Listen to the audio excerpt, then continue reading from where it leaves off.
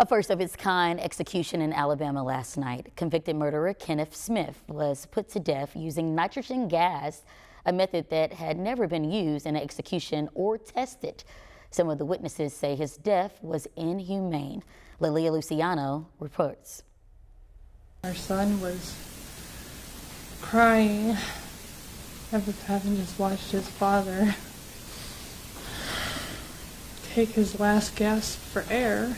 Deanna Smith broke down in tears as she described watching the execution of her husband, Kenneth Eugene Smith. The 58-year-old was pronounced dead at 8:25 p.m. Thursday, 22 minutes after he started breathing in nitrogen gas through a face mask, depriving him of oxygen. He began shaking and writhing, but he was tied very tightly down. Lauren Layton, with her CBS News affiliate in Huntsville, Alabama, was one of 5 reporters who witnessed the execution. They say Smith appeared conscious for several minutes. Then, for at least 2 minutes, he appeared to shake and writhe in the gurney, at times pulling against the restraints. Following that, they say his breath slowed until it was no longer perceptible. He struggled against his restraints a little bit, but there's some involuntary movement and some agonal breathing, so that was all expected. So nothing was out of the ordinary. We didn't see somebody go unconscious in 30 seconds.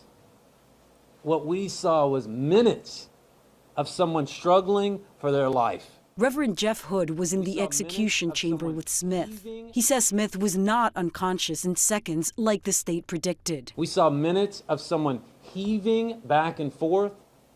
We saw spit.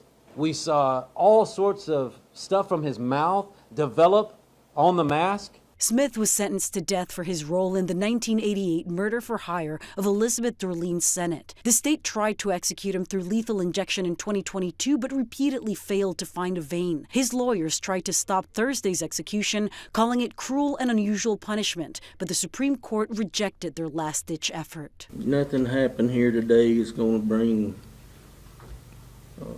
Mom back.